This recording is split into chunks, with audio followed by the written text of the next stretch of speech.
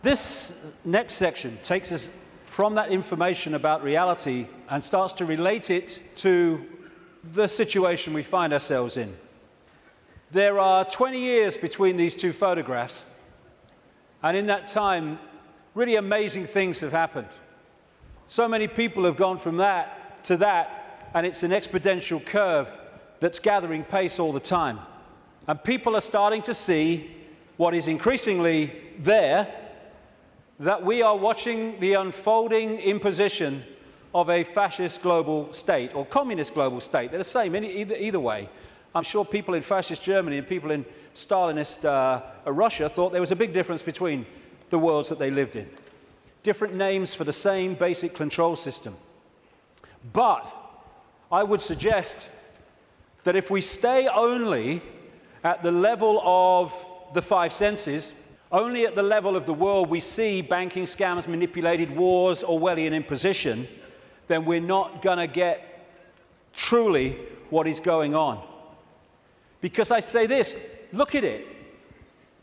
This world has been changing and is changing so rapidly in terms of all different aspects of this control system, the way they manipulate education, manipulate wars, put in the people they want as presidents, give us all this shite through food and drink, control the media, manufacture the global warming scam, big pharma, and 9/11 and all that stuff.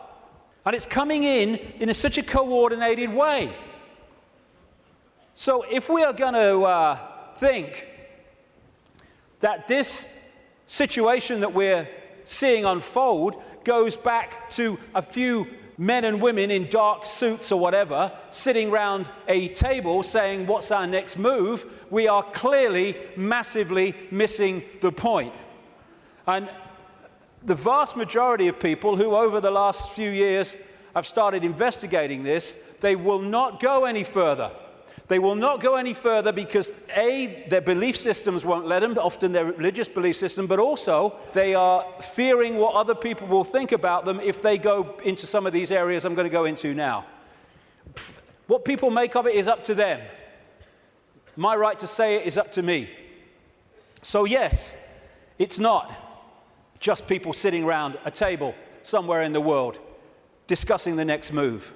There's the level where we see this unfolding in the news and what have you. Then there's this other dimensional, non-human level to look at, as I will in this section. Then there's the level of the nature of reality, which I've introduced already. And then there's this whole stuff about the moon, which I'll get into in this section too. And the rabbit hole doesn't end there. It goes deeper and deeper and deeper. And the deeper you go into the rabbit hole, the more we understand what the game is, the more we can change the game. And it's all about the control and programming of perception. That's the only way the few, and it is a few compared with the global population, that the billions can be controlled. Manipulating how we interact with reality, keeping from us that we are consciousness, putting us in these bubbles of our sense of limitation, and I can't, manipulating the way we decode reality, and therefore making us see the world as the control system wants us to see it. That's the basis of all of it going through the day, because that's the basis of all of it going through the whole conspiracy. So yes, of course, on one level, it does manifest as dark suits sitting around a table discussing the next move. But that's still the play-out world of this conspiracy. It's not its origin. It goes beyond them into the advisors in the shadows, the Mandelsons in this country. Peter Mandelson, if he's not manipulating, he gets withdrawal symptoms, that man. And into the Rahm Emanuels, ditto, in America, the controller, handler of Barack Obama. It goes into deeper levels, beyond them, deep in the hidden secret society network. And eventually, it goes out of this dimension. And that's where this whole thing is really coming from. Beyond the frequency range of visible light. And it involves non-human entities. Some of them people call the greys. The main ones, I would say, and have been saying for a long, long time, take a reptilian form. They operate outside. They can come into visible light, but in terms of the reptilian part of this, they can't stay here for that long. So people say, why don't they just come and take over? Because they can't, or they would. They can come for so long, but their vibrational difference, incompatibility, means they have to leave. They can't stay for long, although there are technological ways they can stay for longer. And they operate outside visible light, and they manipulate this reality through bloodlines, interbreeding bloodlines that I'll come to. And we call them the Illuminati families.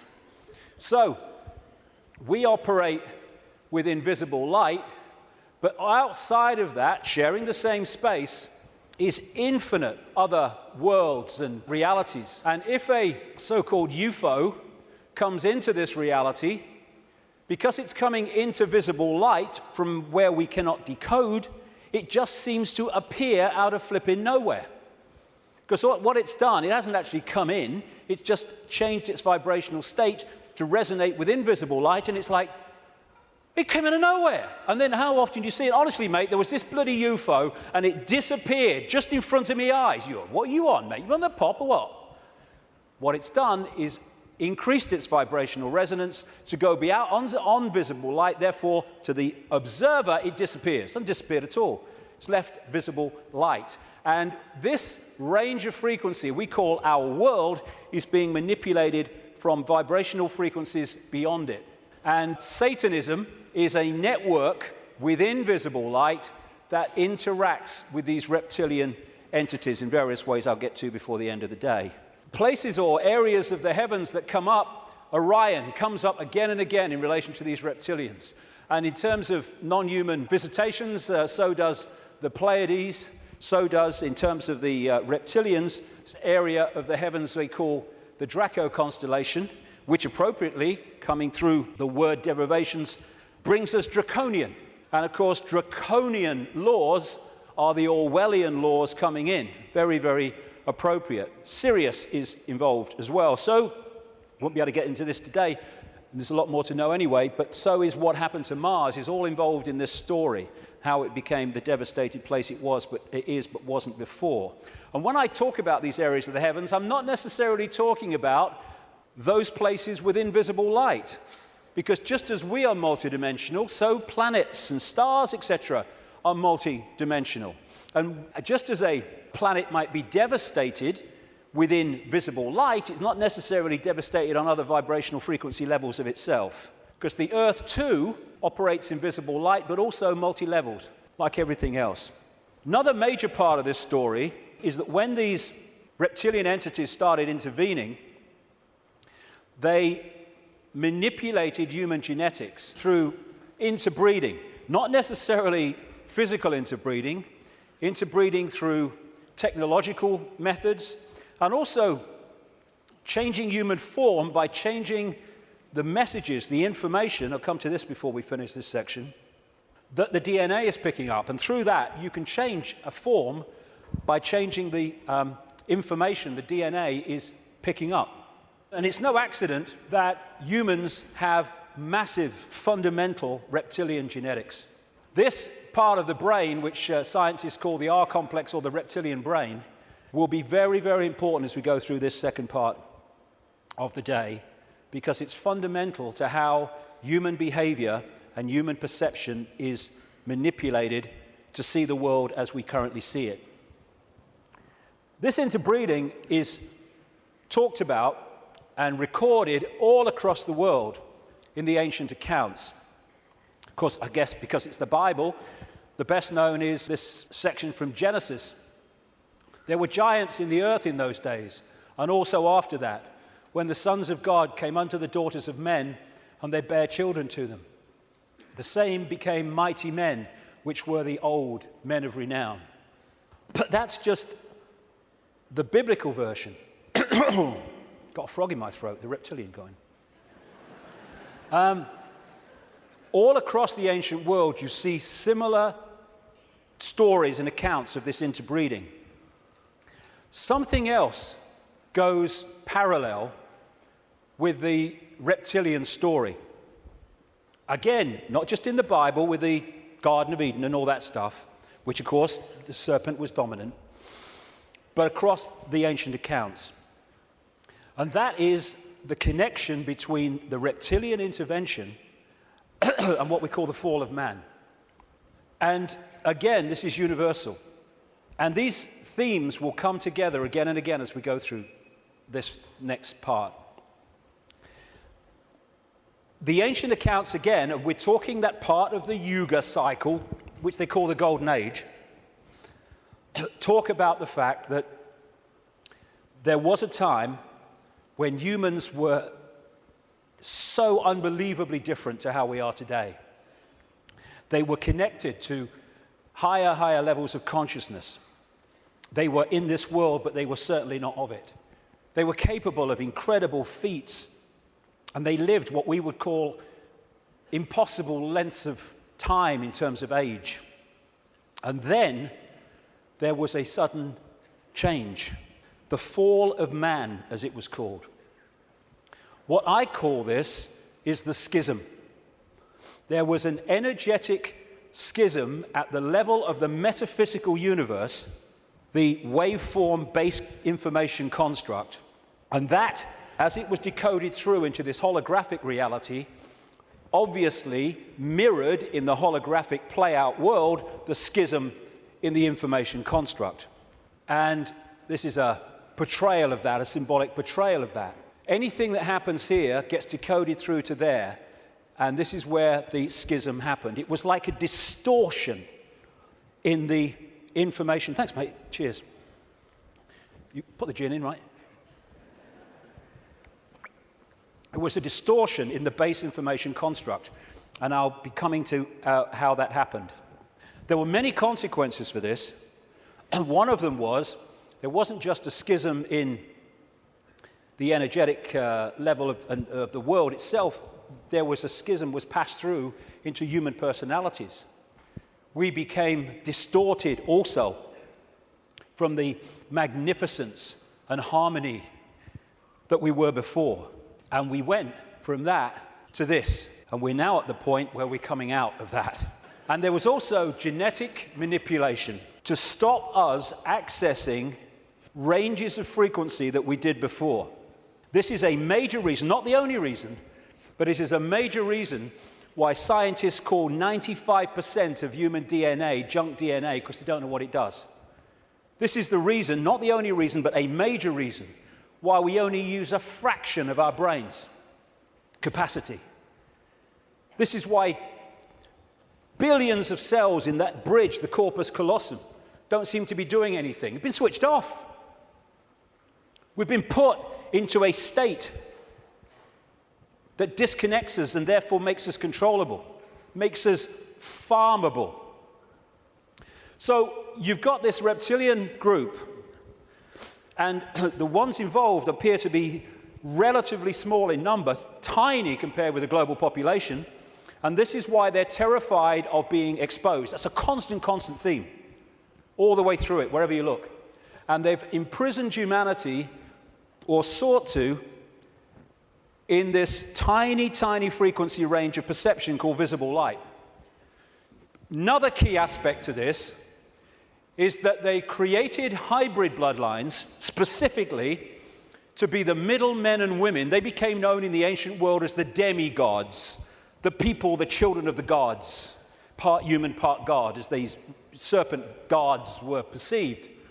And they were to be, like I say, the middlemen and women operating in visible light for the outside visible light control system. And it's appropriate that the caduceus and the symbol of the medical profession is the DNA, in effect, portrayed as two snakes. Because to these reptilian geneticists who were far ahead of where we are in public arena in terms of genetics and understanding, the DNA is a software program. And so they manipulate it for their own means. And this is crucial to understand the world that we live in. One seriously important aspect to this DNA, this hybrid DNA I'm talking about, is that it has eliminated what we call empathy, the ability to decode the emotion of empathy. Empathy is the fail-safe mechanism of all behavior. If I can empathize with the consequences for others of my actions, that limits and balances my actions. If I have no empathy because I cannot empathize, then there are no limits. There is nothing that won't do. 3,000 dead on 9/11, who cares? Who cares? That's what we're dealing with. And this is vital to get across. If we look at this information on the basis of thinking I wouldn't do that, so they wouldn't do it, then we're going to miss the plot completely. Because it's not like that. No, you wouldn't do it. They would, and have no emotional comeback whatsoever. The reason for the interbreeding, the hybrid, is vibrational compatibility. These hybrids have a greater infusion of reptilian DNA than the general population, although we have a lot. And therefore, the resonance is sympathetic to the resonance of these entities operating just outside visible light. And through this resonant connection, like two radio stations talking to each other, the possessing entity outside of visible light can control the thoughts, actions, perceptions of the intermediary, the demigod. And of course, the theme of possession is as old as history, right up to the present day. We look at these people. All these pictures are by Neil Haig, by the way. Anything that looks like this. Great, great, great friend of mine, great artist. And this image symbolizes the fact that he looks at him with invisible light and he sees George Bush, nothing else. What people don't see, because it's outside the frequency range of their decoding system, is there are entities around these people who are actually controlling these people's thoughts, actions, etc. A number of psychics have said to me around the world how they've seen people walking along the street or wherever, and then they've seen like an ethereal reptilian entity locking into these bottom two chakra points, the emotional level, one of them is, and floating around with them. And this is a kind of a good analogy. You know when there's scientists in a laboratory and they're trying to work with something that they can't touch because it's too dangerous, what they're working with will be in a tank, and they'll put gloves on, which allows them to be outside the tank, but to manipulate inside the tank. Well, that is a very good symbol of what I'm talking about. These Illuminati bloodlines, these hybrid bloodlines, operate like those gloves, operating inside this reality. And Neil symbolizes these Illuminati families with invisible light as this bearded man. Whenever you see him as we go along, that is symbolic of the Illuminati families controlled beyond human sight by these reptilian entities. When the world started to recover from great geological catastrophes, which I'll come to in a second, there were areas of the world that stood out in terms of their abilities and potentials and advancement. These were some of them, and this area is particularly important to the bloodlines I'm talking about. The area that was once called Sumer, thousands of years BC, and became Babylon. This is why Babylon comes up in the writings of these people so often. And it's Mesopotamia, the land between two rivers. They didn't invade Iraq just for oil or just for anything. They didn't invade it for one thing, but multiple things. But one reason they're so obsessed with Iraq is because to these bloodlines in control of the world today, this is a very significant, almost religious piece of land of historical importance to them. As Sumer and Babylon broke up, these bloodlines started going walkabout. They became the royal families of the world. And what do royal families claim? The right to rule because of the divine right to rule. The Chinese emperors used to claim the right to be emperor because of their genetic connection to the serpent gods. And this is a theme all across the world between the serpent gods and royalty. They became the aristocracy and the royal families, claiming the right to rule because of their DNA. Just down the bloody road from here, we have a head of state in Britain to this day who is only head of state because of her DNA. Head of state because of her DNA. I actually made a complaint, nothing happened to it, but I made a complaint to the Race Relations Commission, or whatever they call it. They said, if you see racism, report it. So I reported the royal family. I thought, well, I mean, you would.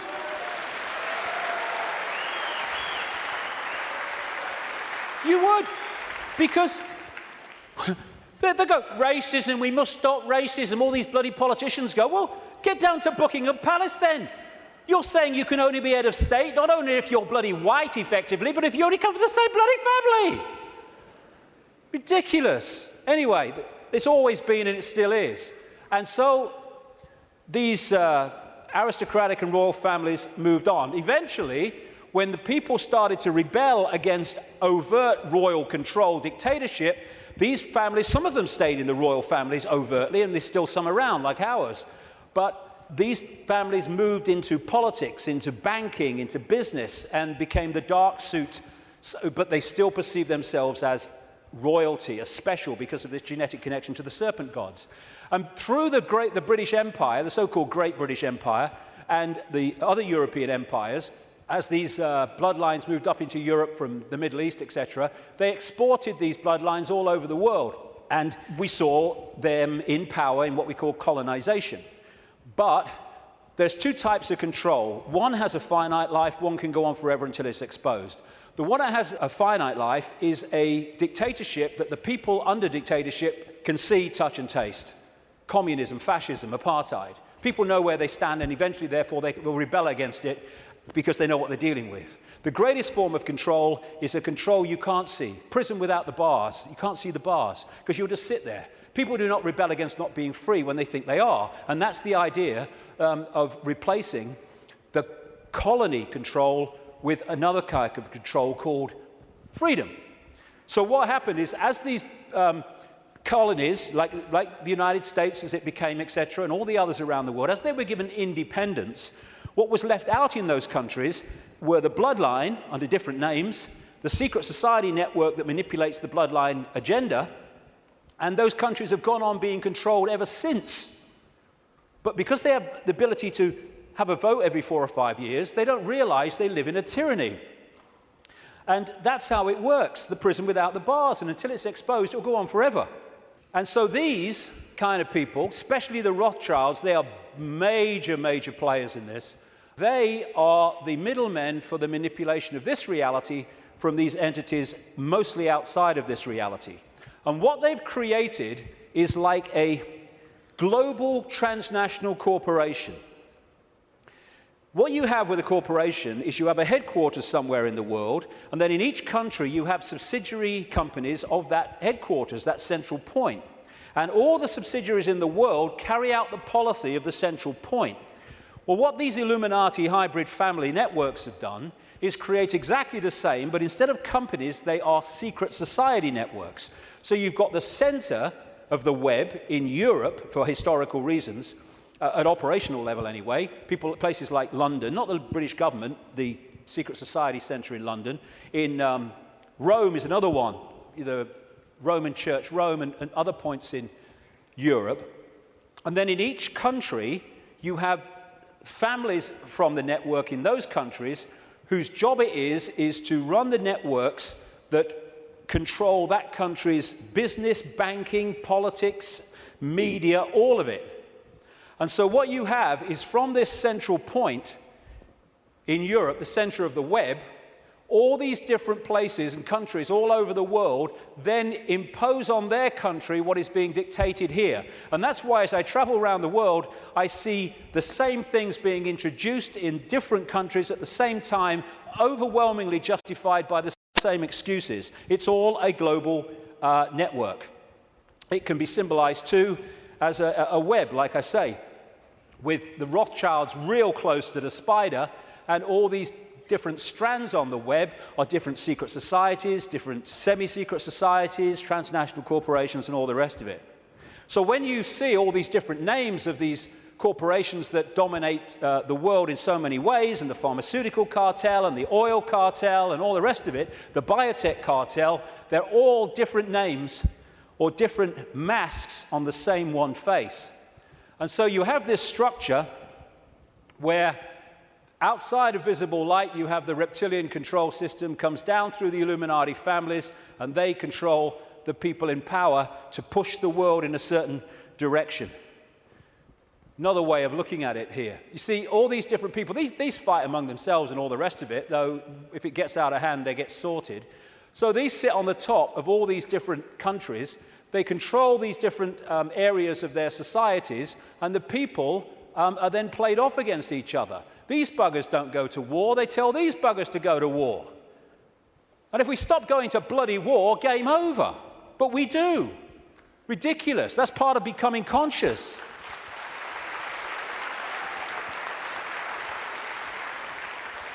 So these people are just pawns in a game, in a way, genetic pawns in a game. They're just kind of shells to play out this agenda with invisible light. I mean, some batches are better than others, of course. So if you look at the principle of the Trojan horse, the symbol of the Trojan horse, coming into a society and not seeming to be what it is, though taking it over, and you put that on the face, well, you've pretty much got symbolically what we're talking about here.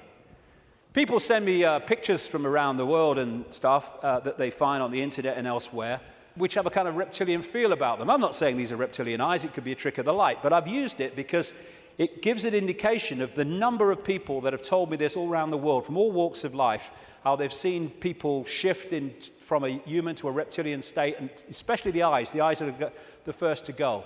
They describe how the pupils become reptilian. And interestingly, a great friend of mine has an associate who, I don't agree with it, but he's been doing a research project to develop iris scan technology, and it led to him looking very deeply into 2,300 eyes. And he said he knew nothing about what I'm saying, probably never heard of me. And he said to my friend, the amazing thing was that about 4% appeared to be of reptilian type and appearance. And that is a recurring number, in my research anyway. 5% seem to be of this hybrid nature. So these people are reptilian hybrid human reptilians. And you look at the eyes, but behind the eyes are something else. I had an experience with this guy, Ted Heath. He was Prime Minister of Britain from 1970 to 74, took us into the European Union as it became. And it's a long story, I've told it before, but he looked at me in a dressing room in a television station, and as he looked at me, this is what his eyes did.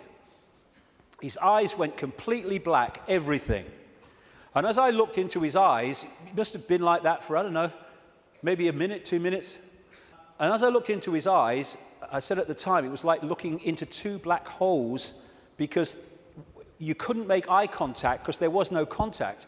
And it was like, as I know now, looking through him into this other dimension where he was really controlled from.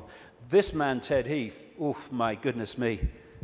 My goodness me, the children that guy has tortured and killed. And I've been saying this since 1998 in print, and he was alive for many, many, many, many years after that. And nothing happened. Why? Because it's true. And so these people are like hiding behind human form. And hey, I rest my case. I rest my case.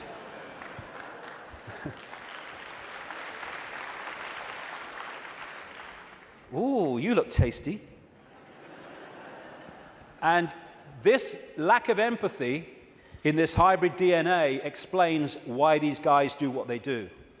Now, when you open your mind, instead of saying, well, it's not possible, it's ridiculous, when you open your mind and say, okay, I'm not going to just accept this stuff, but I'm going to flow with it and see where it goes, you find that this stuff I'm talking about is absolutely in your face when you bring it from the subliminal to the conscious.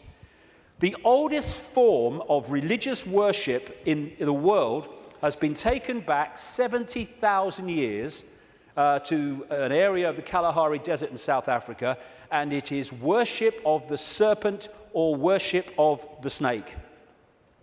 This man, Reverend John Bathurst Dean, wrote a book, very, very good book, 1933, called Worship of the Serpent, in which he studied serpent worship around the world. This was his conclusion.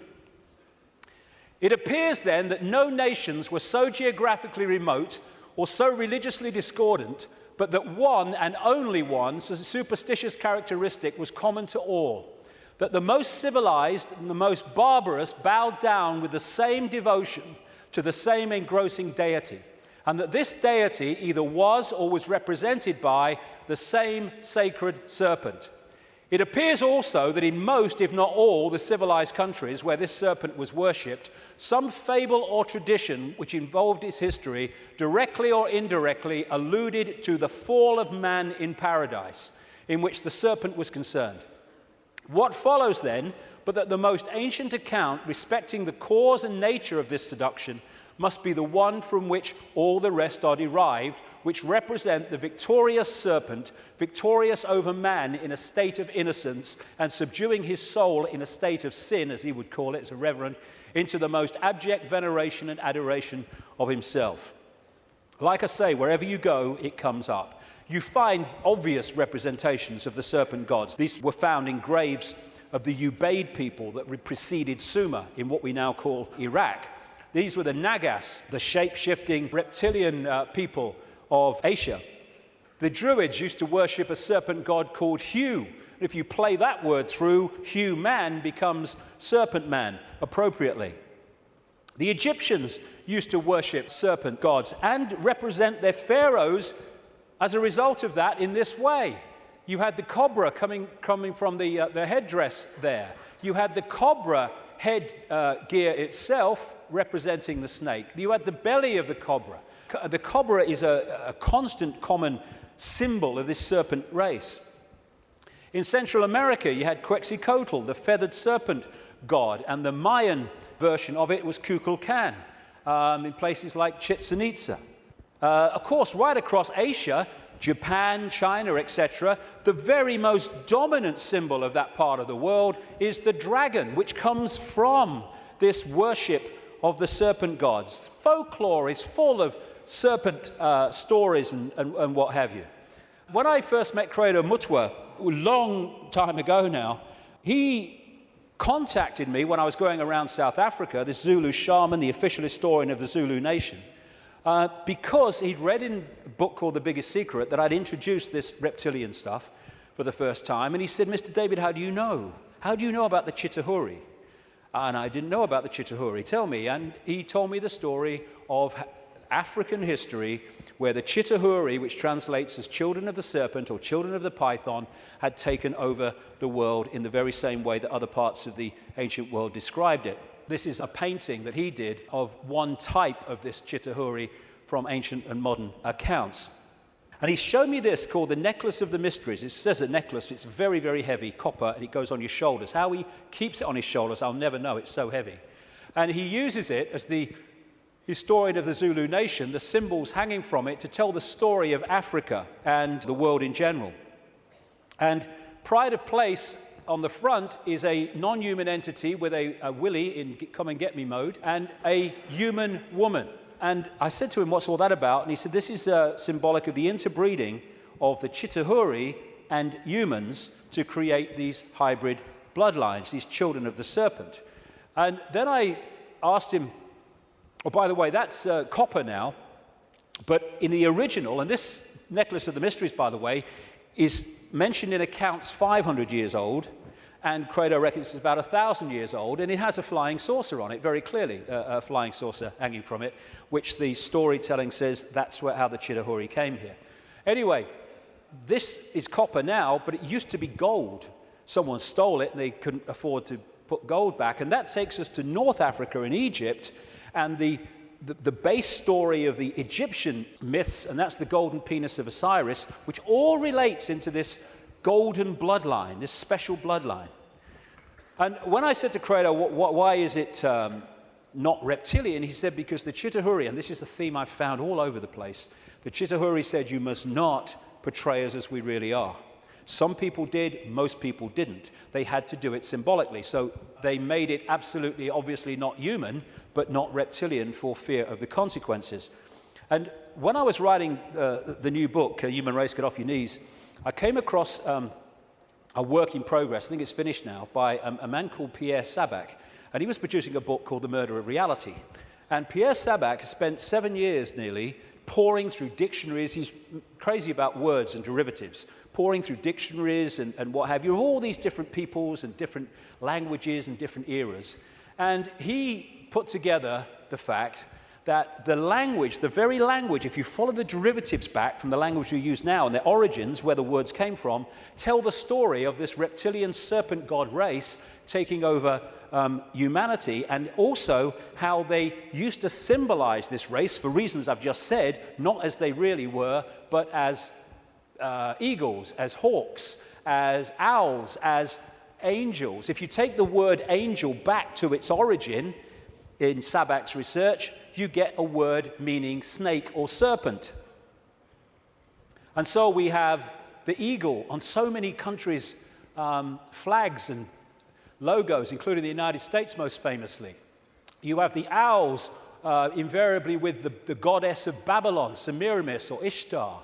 You have the story of the angels, especially the theme of the fallen angels, representing this reptilian race and interbreeding with humanity. And you have Horus, the son of God of Egypt, the virgin-born son, represented as a hawk, again with the reptilian imagery.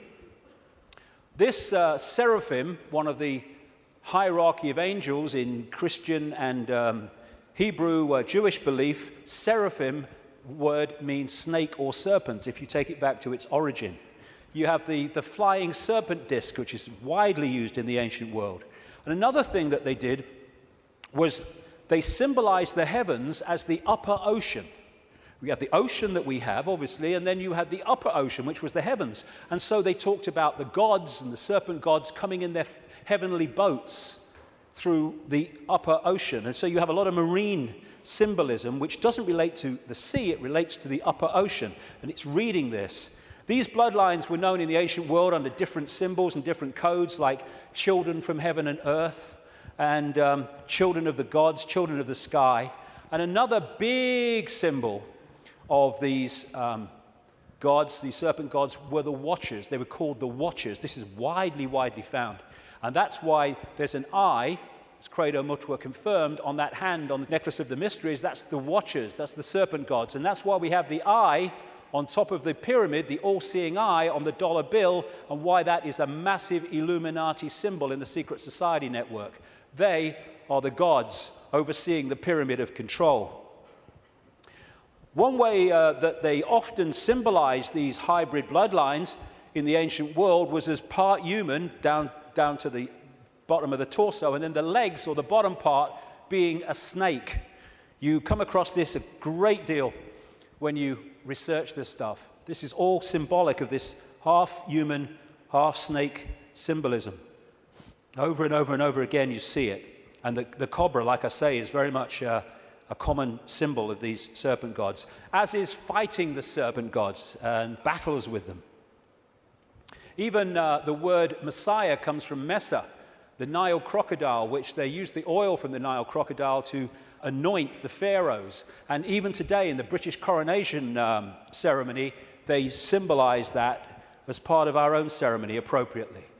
In the Bible, the devil is symbolized or described in reptilian terms. The old serpent called the devil and Satan, who deceiveth the whole world. He was cast out into the earth, and his angels were cast out with him. Fallen angels, again, the recurring theme. All these folk tales about kissing frogs and turning into princes, and invariably you get reptilian themes, all part of the same story. And people send me images from all over the world as a result of the information I put out. It's amazing how many times you see this symbol of reptile and humans, or part human, part reptile. Or overseeing the gargoyles in the palaces and castles and churches of this elite are symbolic of that. And of course, over the last, 20 years or so, there's been a massive reptilian symbolism in children's stories and children's entertainment. And then recently, you saw this, it's a quick one, this 16th century painting in the National Portrait Gallery of Queen Elizabeth I, they thought she was holding flowers because that's what someone had painted over. But with wear, what's underneath is coming to light, and this is a representation of it. It was in one of the papers, again, holding the snake, very, very appropriate. And these aristocratic families, which became the hybrids, again, used reptilian, dragon, and all these other serpent images on their various coats of arms and what have you. And one of the centers, like I said earlier, is London. Not necessarily London, the Great Conurbation, but the City of London and the temple that runs into the City of London. The City of London, of course, being the great center of not just British finance, but global finance. And how appropriate that they, too, have the symbol of the flying dragon and the symbol of the Knights Templar Secret Society, a major strand in this web of secret societies, as the very symbol of the City of London. You pass these as you go into the city, of course. Another theme you find with images around the world is of serpents eating humans. And not nice, it isn't, of course, but they do eat humans. When these reptilians come into visible light, they use humans as their food, like humans use animals, cattle, sheep. And then you'll see the recurring theme all over the world. This is in Central America, the Mayan area. This is a painting by Credo Mutwa from South African myths of the serpent gods, the Chitauri, eating humans. And this is Alfa Romeo. What's it doing there? What's it bloody doing there? Same thing. And in the garden of one of the palaces, or whatever you call them, mansions of Silvio Berlusconi in Italy, the leader and one of the world's most corrupt men, is, again, the same image. And outside of visible light, they feed off human energy, human emotion, especially, only low vibrational emotion, because that's all they can really access. And so they have to keep humans in a state of mental and emotional suppression so that we keep feeding out this energy, which they then absorb. And that will become relevant in the next section when I get into why pedophilia is so widespread among this elite. Because energy changes with the emotions we give out.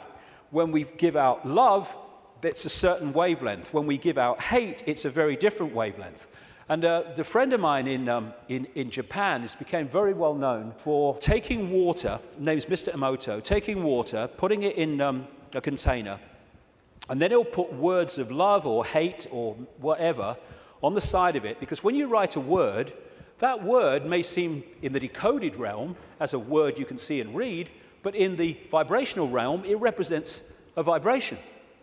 If you could see the vibration of writing the word hate to writing the word love, it would be dramatic. In fact, you're looking at it. Because what happens is, after he's put the word on the side of the water, he then freezes the water really, really fast. I've seen his laboratory where he does it. And then he photographs the crystals. This is the crystal from a water that had love and appreciation written on it. This is the crystal that had hate written on the side of the water. And he's done whole books about this stuff with all these pictures in it. And this is the energy that these entities absorb when they're outside of visible light, which is most of the time. And therefore, they have to keep us in a state that keeps producing that. All this vampire stuff, because they drink human blood with invisible light because it carries the human genetic code and allows them to hold their vibrational compatibility with this reality for longer before they have to get the hell out of it. That's why they drink so much blood.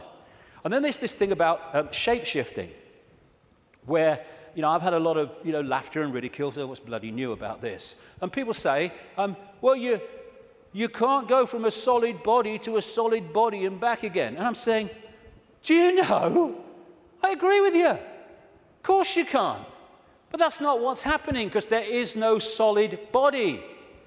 It's all happening as a decoding system. There is no solidity. So what shape-shifting is you have a situation like this, and the front dominating from our perception of observation energy field is the human one. So we look at George Bush or somebody, and we see a human. But sometimes, especially at times of high emotion, this shift can happen where the reptilian field comes forward. And as it does so, becomes the dominant one, often briefly, The observer now starts decoding that. And then it shifts back, and you start decoding this. And to the observer, decoding that shift, creating the holographic reality in their head, which is where everything happens, to their observation, someone's gone from a human to a reptilian, and then back to human again. It's not, of course, shifting solidity. She's a hologram like we're all holograms, and they can shift. This is where shape-shifting happens, what we call physical shape-shifting, illusory, in our heads. So the road to tyranny began when these reptilians arrived. Before that, like I say, the world was very different. The golden age, the time when humans were just extraordinary before the suppression. And then came this energetic schism, this distortion in the information construct, which got played out into the holographic world as, on one level, as massive geological events, with volcanoes and storms and what have you. And of course, symbolized by Noah and the Great Flood, though there have been many of these, not just one. And Noah is simply a biblical version of much, much older stories that tell exactly the same story of how the earth turned over, how there was a massive flood, tidal waves, what we would call today tsunamis, how there were great geological catastrophes and upheavals, and basically the world was, certainly the society that went before, was destroyed. It was a blank sheet of paper. And in this distortion, humans lost the power of the connection they had to higher levels of awareness. And this happened. We went from being part of the field, knowingly so, and to being taken over and suppressed by this reptilian race. Because once the blank sheet of paper was created by the geological catastrophe, and why that happened I'll come to not very long from now, the earth started to settle down, and when it settled down, then everything started to be rebuilt, but in a very, very different, much lower level than it was before. And there was the genetic manipulation too. And in China, unlike most other countries, you can't access vast tracts of the internet because the computer system has been firewalled off to stop Chinese people accessing that area of the internet that the authorities don't want them to see. What happened as a part of this intervention, I kind of mentioned it a little earlier, is that human genetics were manipulated to do exactly the same to us, to firewall off us from the level of reality that we could access before. So we went into this prison called visible light that we've been in ever since, and particularly isolated in the left side of the brain so that we only perceive through the five senses and we can only see structure and language and hierarchy and all that stuff, and our potential dramatically reduced. And this world came as a result of it. And it's dominated by controlling human perception, by suppressing our true self and dictating what we bring into holographic reality. Okay, now let's go really crazy. I've had enough of only being half crazy. Let's do the bloody lot, eh?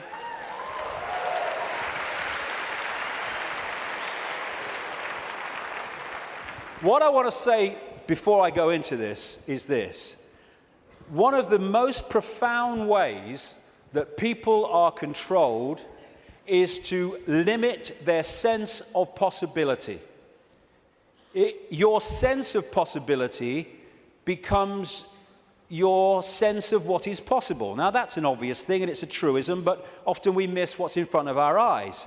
In other words, if you can program a sense of what's possible and make it narrow and incredibly limited, then when people come along and say, this is going on, these people say, you're bloody mad, that's not possible. Listen, no, you don't believe it's possible.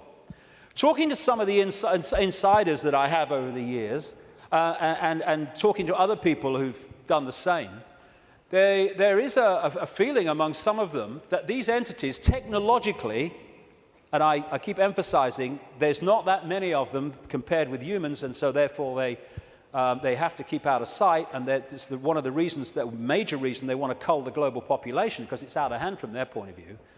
Well, stick around, it's going to be out of hand a bit more very soon.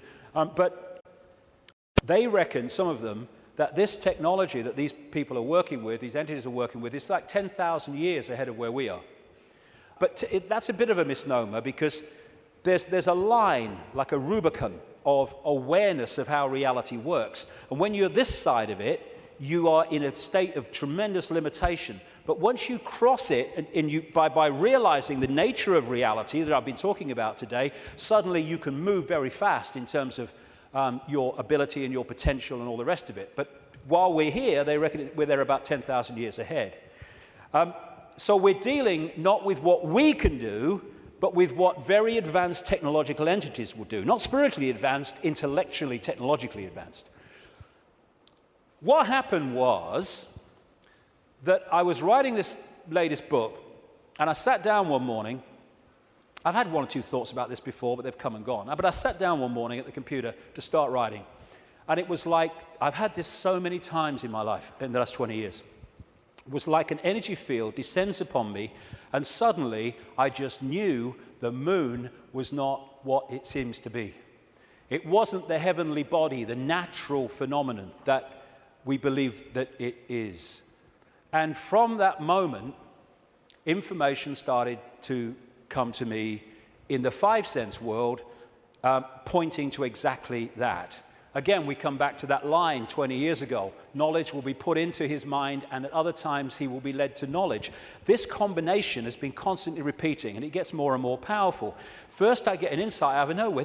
The moon's not real. Where's that come from? And then suddenly it starts. I went on the internet, and within 2-3 minutes, I was expecting to find nothing. I just put on a few words indicating the moon's not real in the sense that we think it is. And bingo, within 2-3 minutes or less, I'd found this book, Who Built the Moon, by two researchers who've written other books. One of them an investigation into Freemasonry. And this book details the extraordinary anomalies relating to the moon.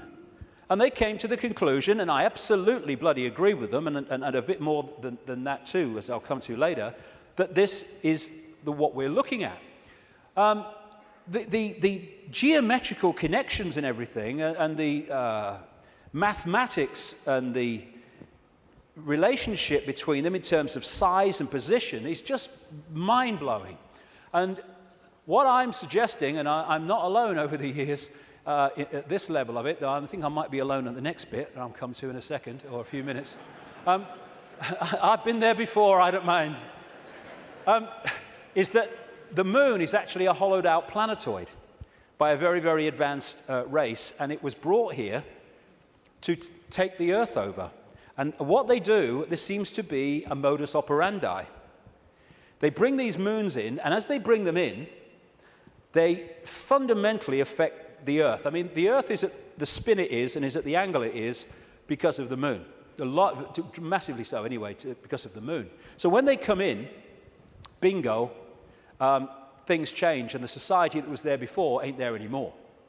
And then gradually they take them over in ways that I'll come to. So when the moon came in, and again, it's so important to come back from the holographic world to the base construct. We see a solid moon, yes, in the play-out world. But back here, it is an energetic construct in the metaphysical universe. And as it came in, and other things that happened, which I talk about in the book, it created this distortion in the information construct of the waveform information base of this universe. And as it did so, it was played out here in all this catastrophe and stuff that I talked about and the ancients talk about. It was played out as this great geological catastrophe and the great flood and all the rest of it. And what is a common theme that they talk about, the ancients, in relation to this? The earth turned over. And you think, how the freaking hell can the earth turn over? Well, what happened?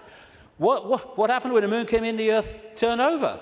It's at an angle that it is today because of the moon.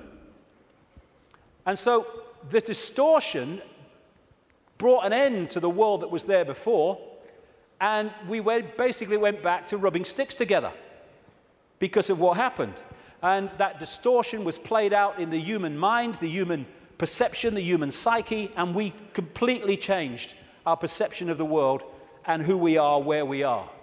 So in Who Built the Moon, like I say, I do recommend it, the way it looks at the anomalies and everything, and the connections between these three bodies. And these mathematical, geometrical connections only apply to these three bodies in the solar system. They don't play out against the other planets, just these three. And the moon is so perfectly positioned that because of where it is, when we have an eclipse, it is the same size as the sun. That's why we have the eclipse. And the authors of Who Built the Moon say this: the moon is bigger than it should be, apparently older than it should be, and much lighter in mass than it should be. It occupies an unlikely orbit and is so extraordinary that all existing explanations for its presence are fraught with difficulties, and none of them could be considered remotely watertight. When you go on and you say, where'd the moon come from, you get this story. And like so much in what we call science, that people take it as fact, it's actually a theory which repeated becomes fact. But then you go back and you find that it's a theory. And the first one is the moon was created by what's known as the whack theory, or the big whack theory. And that is that a Mars-type planet came in, smacked the Earth, great chunk came off, and became the moon. When the physics of that didn't work out, they came up with the double whack theory, where the Mars-type planet hit the Earth, bit comes off or whatever, and then the Mars-type planet thinks, well, I'll give him one with the right, I'll give you one with the left, comes back and whacks it again, the old 1-2. Talk about bloody desperate. And the truth is, and honest scientists will tell you, they have no bloody clue where the moon come from, and it shouldn't, by physics, be there. This guy, Isaac Asimov, a Russian professor of biochemistry, did a lot of writing on this sort of stuff, and he said this, quite rightly: we cannot help but come to the conclusion that the moon by rights ought not to be there. The fact that it is one of those strokes of luck almost too good to accept. Small planets such as Earth with weak gravitational fields might well lack satellites. In general then, when a planet does have satellites, those satellites are much smaller than the planet itself. Therefore, even if the Earth has a satellite, there would be every reason to suspect that at best it would be a tiny world, perhaps 30 miles in diameter. But that is not so. Earth not only has a satellite, but it is a giant satellite, 2,160 miles in diameter. How is it then that that tiny Earth has one? Amazing. Some scientists don't even talk about a planet-satellite relationship, but a planet-planet relationship. The moon's bigger than Pluto. The best explanation for the moon is observational error. The moon doesn't exist, that scientist said. Another one from NASA: it seems easier to explain the non-existence of the moon than its existence. And then we get the hollow moon. This is what I'm saying, and others have said, is that it's a hollowed-out planetoid. In November 1969, the moon was hit by a lunar module to the equivalent of 1 ton of TNT. The shock waves built up, and NASA scientists said the moon rang like a bell. Maurice Ewing, a co-director of the seismic experiment, told the news conference, "As for the meaning of it, I'd rather not make an interpretation right now, but it is as though someone had struck a bell, say in the belfry of a church, a single blow, and found that the reverberation from it continued for 30 minutes. It got a bigger smack eventually, which I'll come to. Frank Press from the Massachusetts Institute of Technology, MIT, said that for a rather small impact to produce an effect that lasted for 30 minutes was quite beyond the range of our experience. This is a guy called Gordon MacDonald. He said in the early 1960s, it would seem that the moon is more like a hollow than a homogeneous sphere. And this guy from MIT said the lunar orbiter experiments had vastly improved knowledge of the moon's gravitational field and indicated the frightening possibility that the moon might be hollow. Now we'll come to this bigger whack. A launch vehicle struck the moon with the equivalent of 11 tons of TNT, and NASA scientists said the moon reacted like a gong and continued to vibrate for 3 hours and 20 minutes to a depth of up to 25 miles. Ken Johnson, a supervisor of the Data and Photo Control Department during the Apollo missions, told Who Built the Moon author Alan Butler that the moon not only rang like a bell, but the whole moon wobbled in such a precise way that it was almost as though it had gigantic hydraulic damper struts inside it. These two Russian scientists from the Soviet Academy of Scientists wrote an article in 1970 in Sputnik magazine in Russia headed, Is the Moon the Creation of an Alien Intelligence? And all these years later, it indicates to the fact that they were right. What they point out, and others point out, is the outer surface of the moon is extremely hard and contains minerals like titanium. Moon rocks have been found to contain processed metals, including brass and mica, and the elements uranium-236 and neptunium-237 that have never been found to occur naturally. Uranium-236 is a long-lived radioactive nuclear waste and is found in spent nuclear fuel and reprocessed uranium. Neptunium-237 is a radioactive metallic element and a byproduct of nuclear reactors and the production of plutonium. Some lunar rocks have been found to contain 10 times more titanium than titanium-rich rocks on Earth. Titanium is used in supersonic jets, deep-diving submarines, and spacecraft. Dr. Harold Urey, the winner of the Nobel Prize for Chemistry, said he was terribly puzzled by the rocks from the moon and in particular their titanium content. He said the samples were mind-blowers and that he could not account for the titanium.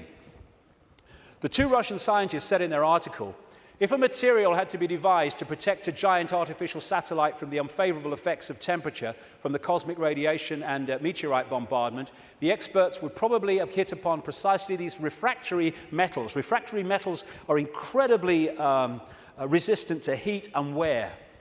In that case, is it not clear why lunar rock is such an extraordinarily poor heat conductor, a factor which so amazed the astronauts?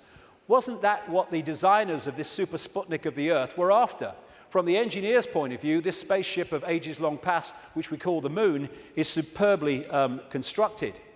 They say it's a hollowed-out planetoid, and they say if you're going to launch an artificial Sputnik, then it is advisable to make it hollow. At the same time, it would be naive to imagine that anyone capable of such a tremendous space project would be satisfied simply with some kind of giant empty trunk hurled into a near-Earth trajectory.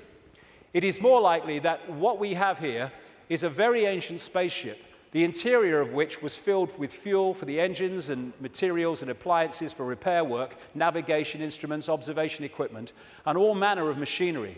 In other words, everything necessary to enable this caravel of the universe to serve as a Noah's Ark, appropriate, of intelligence, perhaps even as the home of a whole civilization, envisaging a prolonged thousands of millions of years existence and long wanderings through space, thousands of millions of miles.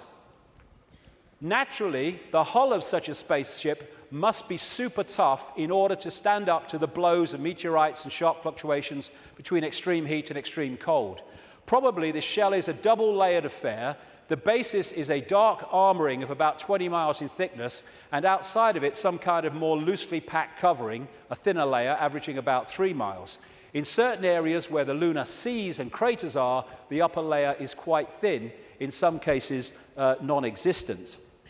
And as this scientist said, the moon is made inside out. In other words, what's on the outside should really be on the inside, and that supports the idea of a hollowed-out planetoid. So, when I started to put this together, and there's a lot more of this in the new book, I then called the oracle in South Africa, Kreda Mutwa, and I found Zulu legends to be incredibly accurate with their symbolism.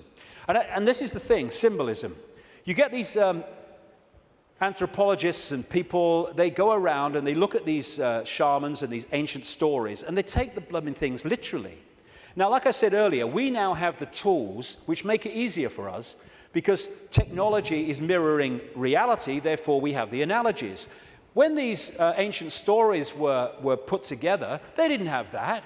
They had to try to get their point across in simple ways that people of that time could relate to. So they used symbolism. So when I read Arang Kreda Mutwa, I didn't tell him anything that I'd put together or come across or thought. I just said to him, can you tell me any Zulu legends about the moon? And he said, yes, we consider the moon to be an egg. Now, when you take that literally, you say, the moon's an egg, the anthropologists, the primitive people you know. But no, they symbolize it as an egg for a reason. And this is what he said. The legends, the Zulu legends, say that the moon was brought here hundreds of generations ago by two brothers, Wawani and Umpanku, who were the leaders of the Chitahuri. They were known as the Water Brothers and had, quote, scaly skin like a fish. Now, this story relates almost exactly to the stories found on ancient clay tablets in what is now Iraq, Sumerian accounts of the Anunnaki, a non-human race, I would say reptilian race, that came to the earth in the same way that other parts of the world, in the ancient world, talk about. And the Anunnaki, according to these accounts, were led by two brothers called Enki and Enlil. And at least one of them, Enki, was symbolized under another name too as in relation to water, exactly the same as this. Zulu legends tell of how Wawani and Umpanku stole the moon in the form of an egg, and this is why they symbolize an egg, not because they're primitive, from the great fire dragon and emptied out the yolk until it was hollow. They then rolled the moon across the sky to the earth and caused cataclysmic events on this planet. Zulu legends also say that the Chitahuri threatened to move the moon if humans didn't do what they said because of the devastation that would cause. What the two scientists said about this 2-3 mile outer kind of protection, followed by a 20-mile impregnable layer, explains one of the anomalies of the moon, which the craters are pretty much of universal depth. Even though the scale of the impact and the size of the crater can be massively different, the depth is about the same, really, within a very short ratio. And that's, the scientists say, because it goes into the outer layer, the kind of buffer, but it can't go further than this inner protection layer that is impregnable. This guy, Don Wilson, wrote a book in the 70s called Our Mysterious Spaceship Moon. And these are some of the anomalies that he lists, and there are others that can be explained by what we're talking about. Why the moon is a freak world too big and too far out to be a natural satellite of Earth. Why the moon has such shallow craters. Why some moon rocks are older than Earth and as old, at least, as the solar system. Why the moon seems inside out. Why the moon vibrates like a huge gong, transmitting tremors great distances around and through itself. How the moon can produce so many contradictions of data and findings.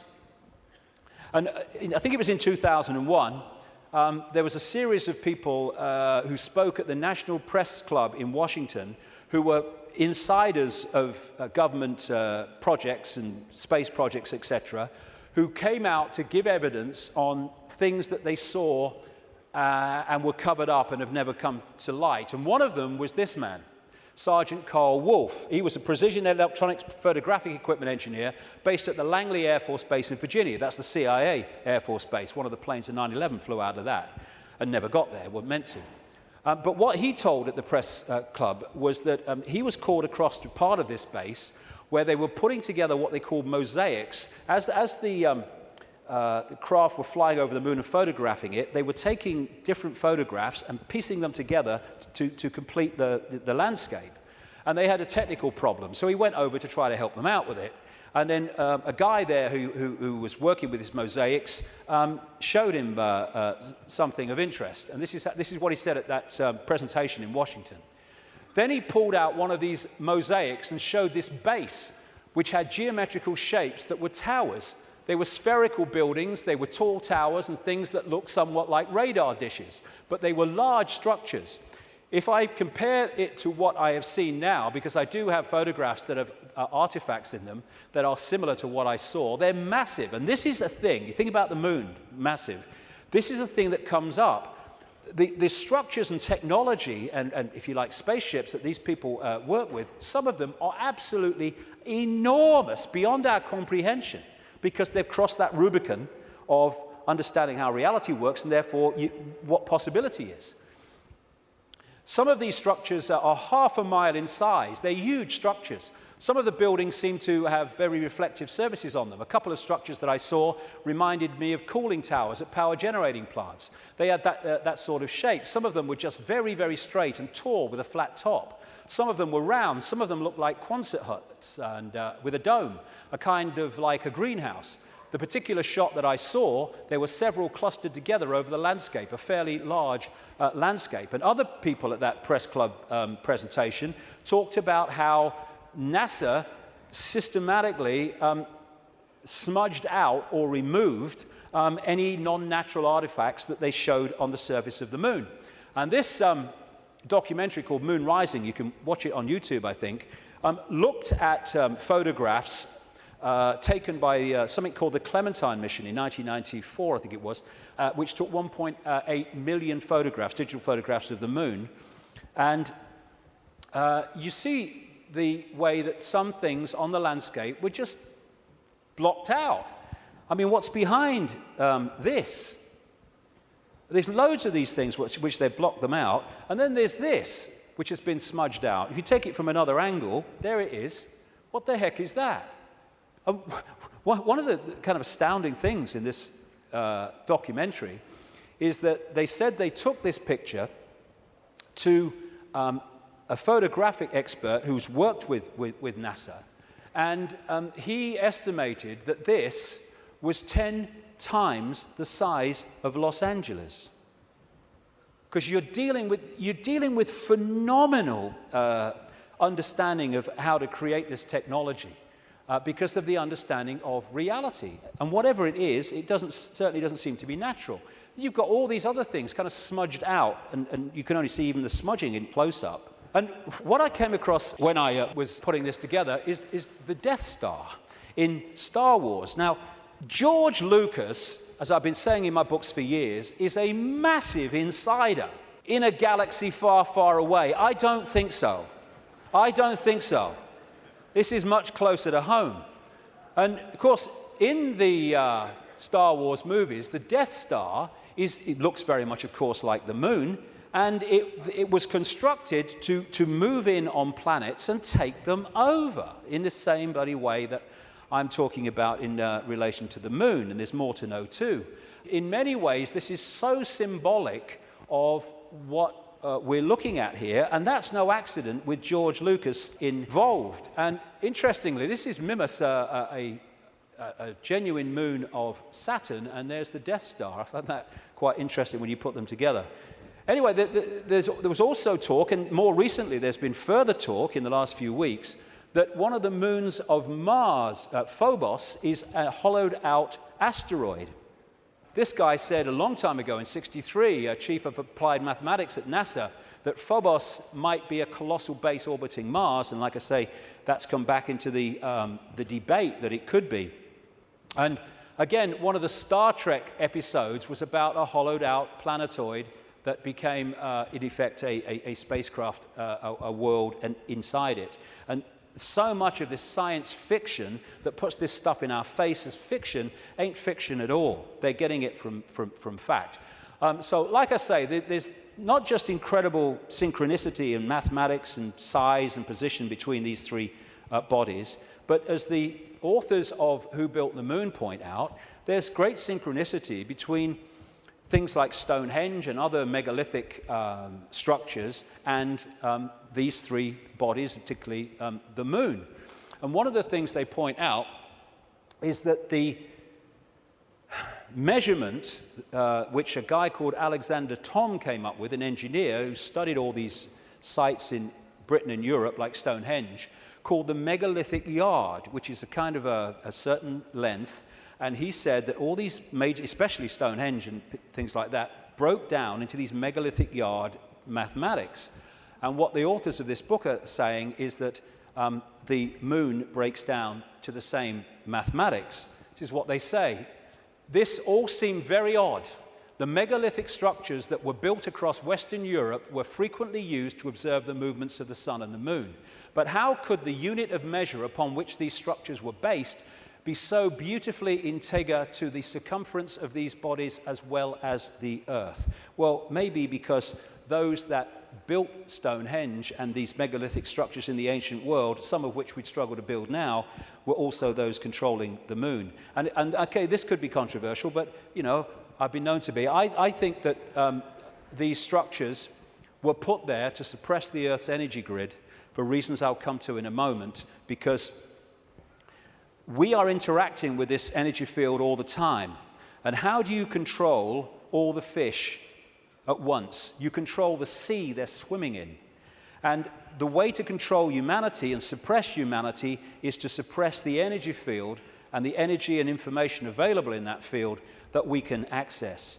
And these fantastic structures were not done by humans alone, let's say that. Now this is where I am probably alone for the moment. I don't think I will be forever, but there you go.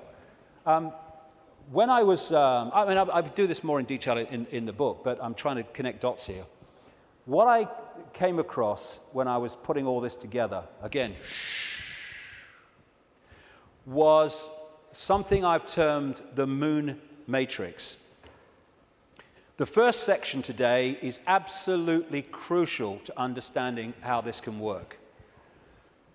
The moon matrix is a broadcast frequency coming from the moon, which has, in effect, hacked in to the human body computer and to the virtual reality universe in general, and has created a sub-reality within the wider virtual reality. Because, I keep saying it, but it's important, we see the moon as physical, but actually its base construct, like everything else in this reality, is waveform information.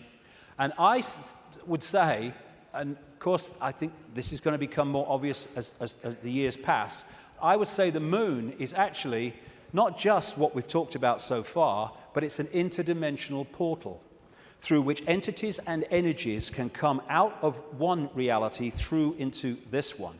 It's their means of entry. Its position, so perfect, as you'll see if you read not just my new book, but Who Built the Moon, its position in relation to the moon and the sun is so perfect because that has an effect on creating this sub-reality. I'm saying that this frequency is broadcast from the moon and has created a sub-reality which we are constantly decoding, and that the genetic manipulation of humanity, so widely described by the ancients, was to take this body computer and tune it in, connect it to this frequency range I'm calling the moon matrix. This is Neil Haig's concept of moonopoly. This is the world, the structure that we are experiencing, this box recurring round and round limited world. And I am suggesting that we are being massively influenced. In fact, we have been turned into a hive mind by these broadcasts, which are holding us in a sense of limitation, to the point where it operates as a default mechanism. Soon as you start to awaken, if you don't keep it going and stick with it, then you'll default back, because the pressure of this moon matrix is pushing us into this tiny sense of limitation. So what virtual realities do is they basically hijack the five senses and get them to decode the information in the computer game and take it into reality. I'm saying that this moon matrix has done exactly the same, and it is part of the modus operandi of how planets are taken over in this way. Our five senses have been locked into something else, and we're decoding a fake reality. Basically, we are connected to this symbolically, which is a hive mind, which is why we are so herd-like when we weren't before. And if people are going, "Whoa, okay, what?" Just stick with me, because the layers will go on. What I've been talking about today is the fact that this base vibration from the black holes goes through this cycle, and it elicits different information in the form of photons from the suns, which we decode, and the reality changes. We go through different epochs. What I'm saying is that this moon matrix has hacked in to that photon energy stream and has done what the Chinese authorities have done to the computer system in China. They have stopped us accessing vast amounts of the virtual reality universe that we used to before. Now, if anyone thinks this is fantastic, that we could see things that aren't really there and not see things that aren't there, this is a New Scientist.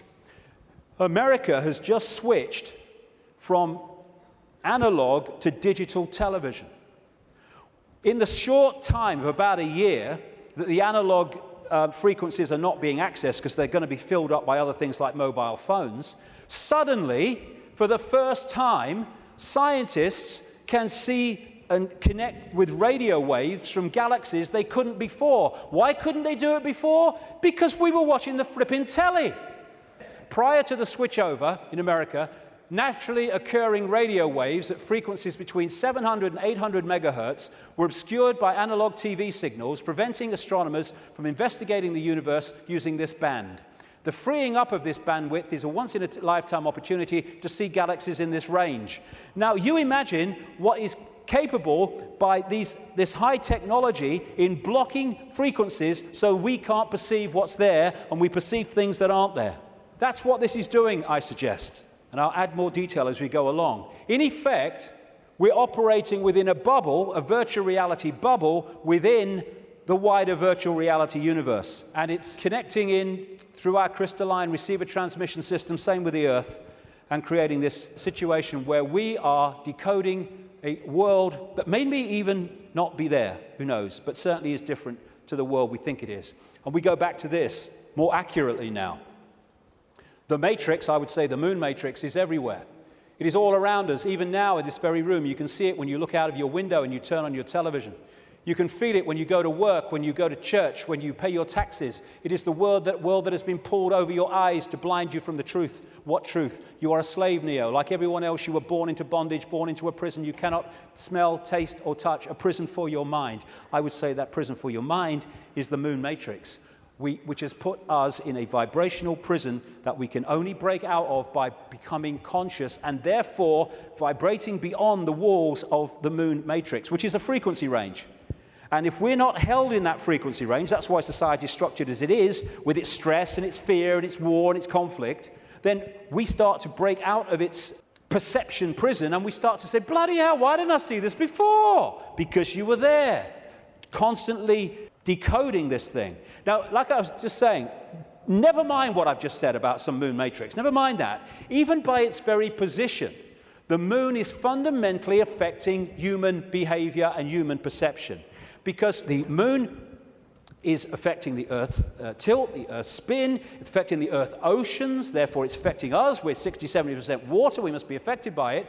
And also, and here we come back to the importance of the first section today, it's also fundamentally affecting the endocrine system, which connects us to the chakra system, which connects us to out there, part of which is the third eye. It affects the hormones that we secrete, which fundamentally affect human behavior, human health, human perception. Not with any matrix, just by being there. And it fundamentally affects this, the pituitary and the pineal gland that give us the sixth sense ability to see beyond the five senses. And what it has done, it has shut down, in so many people, on purpose, the third eye, which in our previous pre-domination mode, we used to perceive vast areas of reality beyond which we can now. Moonth comes from moon. The moon, of course, as it goes around, fundamentally affects our perception of time. We have moonths because of the moon. It's a moonarchy. It's a hybrid monarchy. And one of the major ways they control us, seems to be a modus operandi again, is money, controlled by the Rothschilds. Now, I saw a film, some years ago, called They Live. It was a B movie, and it was not just produced and directed, he wrote the music, every bloody thing, by a guy called John Carpenter. You follow John Carpenter's movie-making history, and you will see that he bloody knows a great deal. He'll say he doesn't, he bloody knows a great deal. He does movies and horrors and Satanism and all this stuff, and he did this movie called They Live, and I thought it was very symbolically accurate when I first saw it, but now it's unbelievably accurate.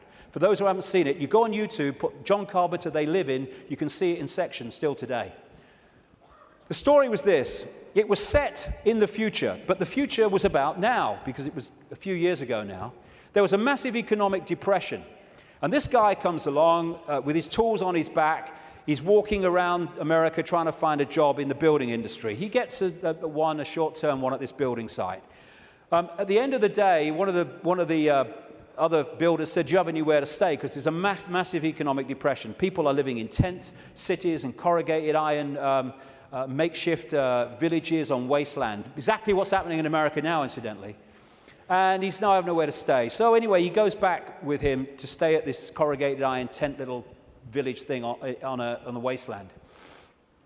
And he starts getting interested because there's things going on across the church, across the way, that seem very strange to him. And the villagers mocked up some kind of television in a kind of Heath Robinson way. And when they're watching the television, suddenly it breaks out of the main channel, and there's just a man's face on the screen saying, they're here, they're controlling, you don't know, all that stuff. And then there's a police state raid on this village and on this church, and they bring the bulldozers in and the police and the helicopters, and they destroy the village. And this builder guy gets away, and he comes back, and he goes snooping around the church, and he finds some cardboard boxes. And he grabs one and runs into a back passage behind buildings, and he opens the box wondering what's in it. And there's sunglasses.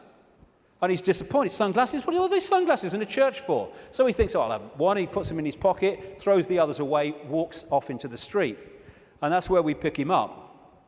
When he puts these sunglasses on, suddenly the world looks very, very different.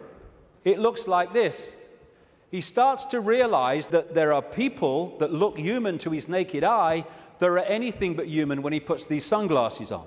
Not only that, where he's seeing adverts with his naked eye, drink Coca-Cola, holiday in Jamaica or whatever, what he can see with the glasses on is subliminal instructions: conform, stay asleep, consume, watch TV, submit, and all the rest of it. All on levels that he can't see. Other people who haven't got the glasses, they're interacting with various people, but he can see are not human. He looks at the president making a speech. He's not human when he looks at him through the glasses. Same with a number of people in law enforcement. Newsreaders were the same.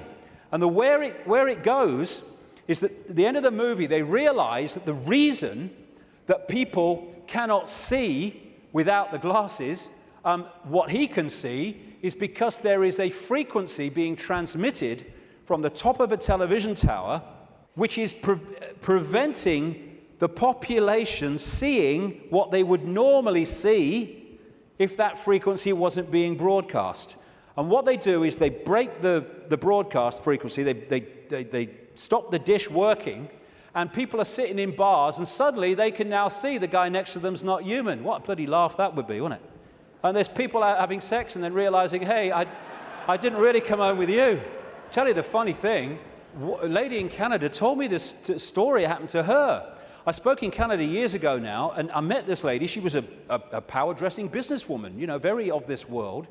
But she'd had this experience, and she was shaking when she told me the story. She said that she got this boyfriend who had a dark side, she said, that he knew about and he was trying to deal with. And they come home, and they go into the bedroom, and there was a shelf at top of her bed, and standing there was the book, The Biggest Secret, which for the first time I introduced this reptilian thing. He then goes crazy, she said, when he sees the book. And he got her to throw it away. Oh, what are you reading that rubbish for? And all that stuff. Mind you, he's not alone in that. And then they start having sex. And he's kind of on top of her. And she said, I had my hand on the bottom of his back. And suddenly he started getting very, very violent. And I started getting frightened. And she said, then my hand was pushed back. And she said, I looked over his shoulder. And my hand had been pushed back by a tail. He sprouted a tail. She said, I screamed, threw him off, And for a second or two in front of me, he was totally reptilian, and then morphed back to human and ran out of the house, never seen him again. But these bizarre stories that are bizarre to our reality, I've been told all over the world by people from all different walks of life, people in the Swiss banking system and all that stuff, all different kinds of people. So this frequency is that equivalent of that broadcast dish on the top of that TV tower, which was stopping those people in that movie seeing what they would normally see. Now, when we bring this down into the reptilian world, well, it gets interesting, because we live in a society that is an expression of the reptilian brain.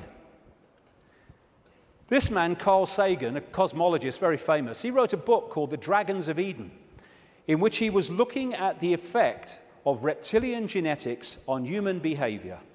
And he said, you cannot, in effect, understand human behavior without understanding the reptilian aspect of all this. And we come back to what I mentioned earlier. This part of the brain, known as the reptilian brain or the R complex to scientists, is so fundamental to human behavior, as I'll explain in a second. And I'm saying that this genetic manipulation that the ancients talk about all over the world by the serpent gods locked us in to the moon matrix through the reptilian brain, because it connects into the hive mind of the reptilian species in the moon. And this, like I say, fundamentally expresses itself as the world that we live in. And I'll come to that more in a second. Now, in the 60s, around that time, there's a guy called Carlos Castaneda who wrote books based on the teachings of a Central American shaman source called Don Juan Matus. Some people say Don Juan didn't exist. Some people say he did. Whatever, the words that were put into his mouth are just absolutely extraordinarily accurate. And I read this quote coming up after I put this stuff together that I've been talking about. This is what Don Juan Matus said in these books. We have a predator that came from the depth of the cosmos and took over the rule of our lives. Human beings and are its prisoners. The predator is our lord and master. It has rendered us docile, helpless.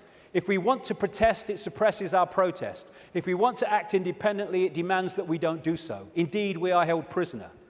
They took us over because we are food to them, and they squeeze us mercilessly because we are their sustenance. Just as we rear chickens in coops, the predators rear us in human coops, human eros. Therefore, their food is always available to them. Think for a moment and tell me how you would explain the contradictions between the intelligence of man the engineer and the stupidity of his systems of belief, or the stupidity of his contradictory behavior. Sorcerers believe that the predators have given us our systems of beliefs, our ideas of good and evil, our social mores. They are the ones who set up our dreams of success or failure. They have given us covetousness, greed, and cowardice. It is the predator who makes us complacent, routinary, and egomaniacal. In order to keep us obedient and meek and weak, the predators have engaged themselves in a stupendous maneuver. Stupendous, of course, from the point of view of a fighting strategist, a horrendous maneuver from the point of those who suffer it. They gave us their mind. The predator's mind is baroque, contradictory, morose, filled with the fear of being discovered any minute now. They gave us their mind. And that is how I suggest they've done it. We are connected if we operate within the hive reptilian brain mind.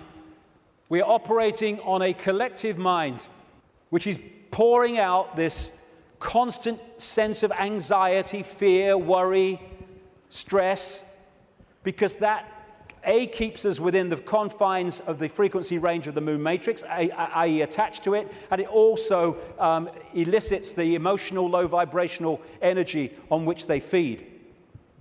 Behind all these pyramids of banking, medicine, religion, business, politics, is the reptilian hive mind. It connects into all these control systems that run our society. And now let's look at the character traits of the reptilian brain. Is this our society or what? This is mainstream science, by the way. From the reptilian brain, we get primitive and emotional responses, cold-blooded behavior, lack of empathy, if not balanced out by other parts of the brain, and territoriality. This is mine, get out. A desire to control, an obsession with hierarchical structures of power. Aggression, might is right, winner takes all. And it is dominating our sense of reality and our reaction and responses to events and other people. This is the word that sums up the reptilian brain: survive, survival. It doesn't think, it hasn't got the ability to think, it reacts. That's why it can react so fast. There are good things about it. When you're driving along in your car and someone walks in front of you, what rams the anchors on immediately, without thinking, instantly, is the reptilian brain. But when that starts to impact on other parts of our behavior and our lives, then it becomes a very negative thing indeed. It is the reptilian brain and its fear of not surviving. It's always scanning the environment for threats, not just physical threats, but threats on other levels of our experience, which I'll explain in a second. And therefore, the targeting of the reptilian brain and the constant triggering of it is what gives us this constant fear, this constant stress, worry that goes on in all areas of our lives. Will I meet the rent at the end of the month? Oh my God, will I lose my job? Oh my God. And the more that we can be put in fear, here we go, the more we operate in the reptilian brain. That's why we're constantly given reasons to fear and to be anxious. Be afraid, be very afraid. The big bag monster's coming as soon as we've invented him. And when he's gone, we'll have another. Terrorism, global warming, swine flu, the economy, I don't look like her, I don't look like him, Constant reasons to fear.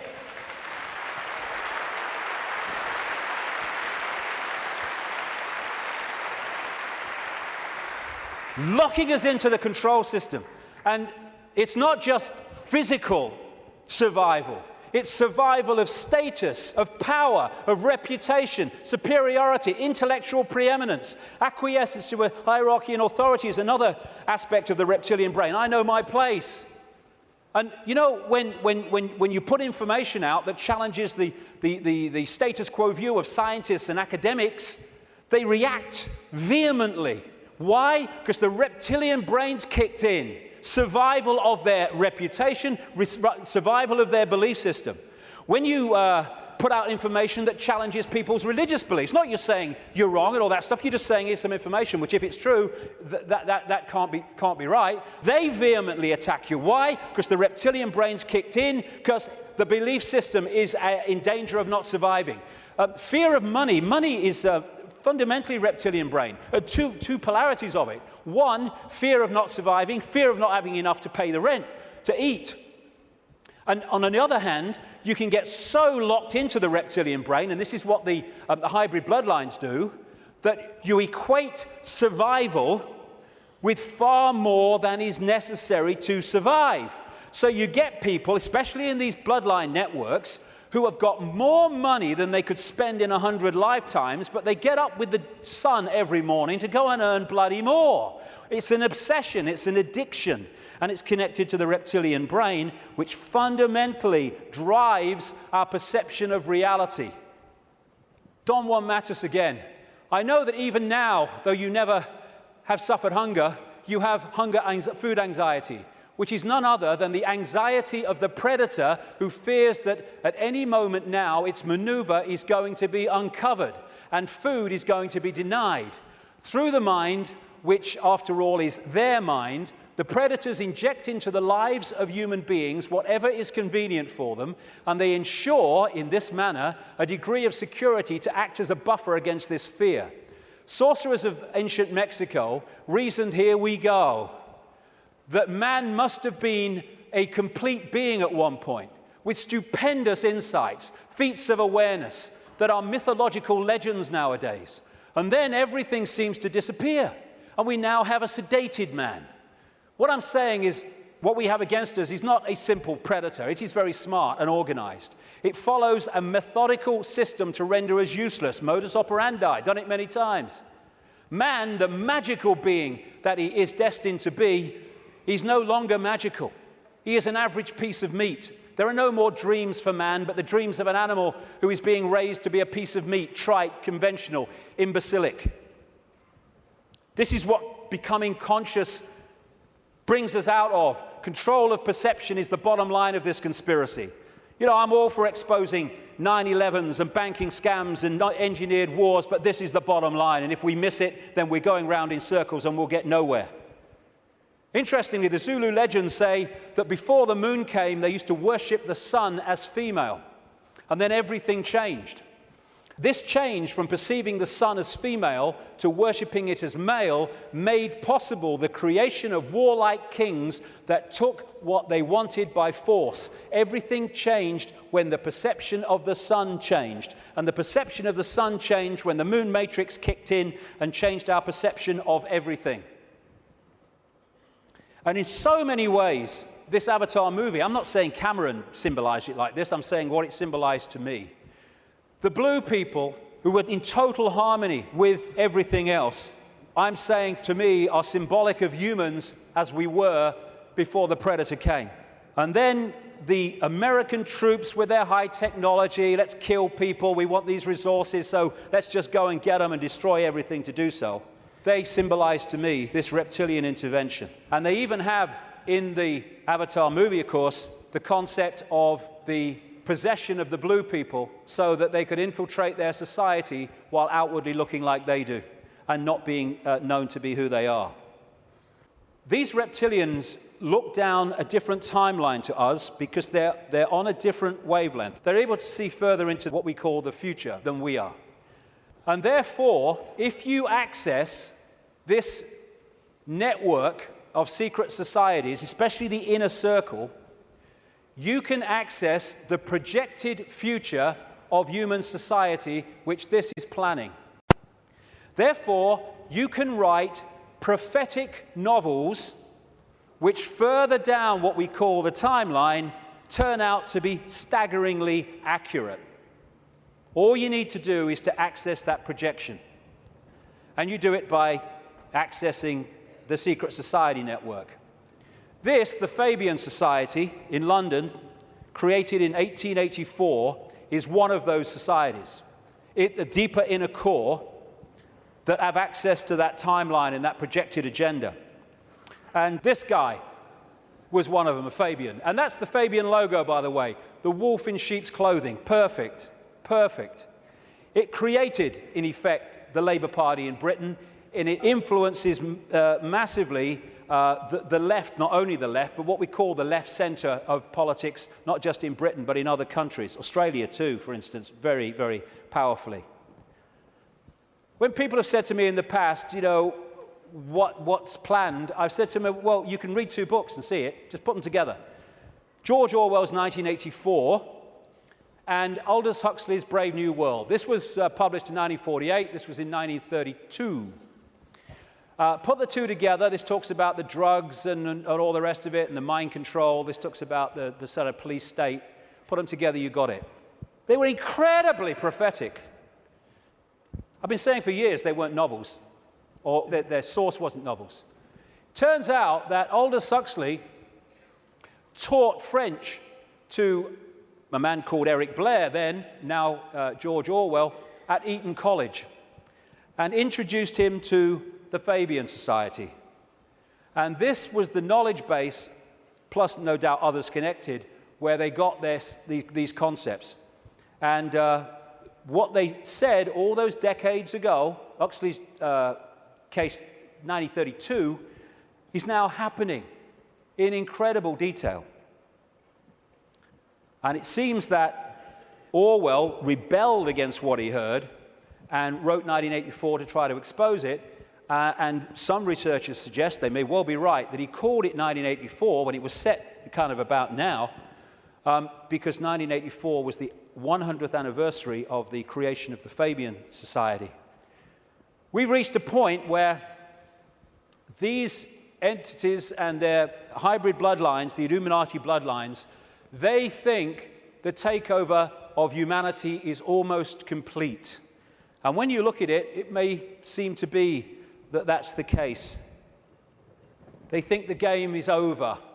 It's gone so far. They must be bloody joking. These people...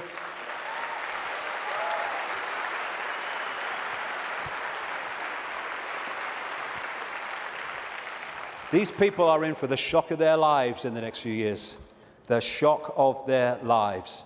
Because they can access so much, but they can't access beyond that.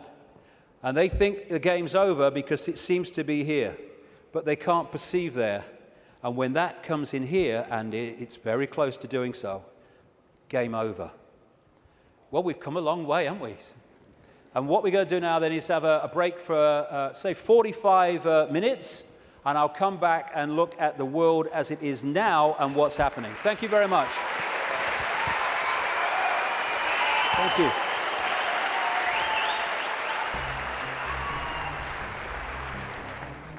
Very good so far, yeah. The reason I'm here basically is to find out exactly what's going on in the world and find out exactly what the hidden conspiracy there is that's going on today, basically. It's not just David Icke that's saying this stuff about the moon. There's Alex Collier, the Andromedan contactee, who says that the moon was towed here from Ursa Minor, which is near the Alpha Draconis star system, by the reptilians. I don't think he's necessarily said anything that I haven't known already, but he's very eloquent, and he's put it together in such a beautiful package that it just makes it very easy for anyone to understand. I just like the way David puts things across, you know, he's not afraid, he's got no fear in him whatsoever, doesn't give one iota about what people think, and I think we can all learn from that, definitely.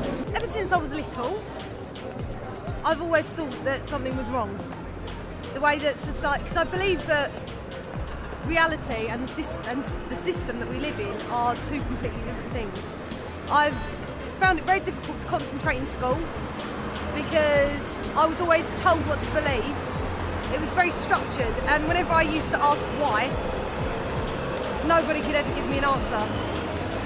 And it seems that David Icke seems to give those answers and opens up your perception to new possibilities. Some concepts of it I can agree with, definitely with the controlling aspect of it, because there's got, like, when you look at the controlling thing, there's got to be a way how they're really keeping us controlled. So I would say with that aspect of it, yeah, I do agree with it.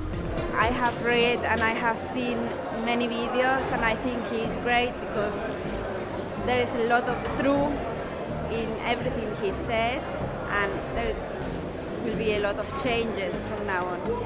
I admire what he's doing. I think he's got a lot of courage to step out and enlighten a lot of people about what's going on in the world that the majority of us don't really understand or know about. So he's, I'll give him a thumbs up, really.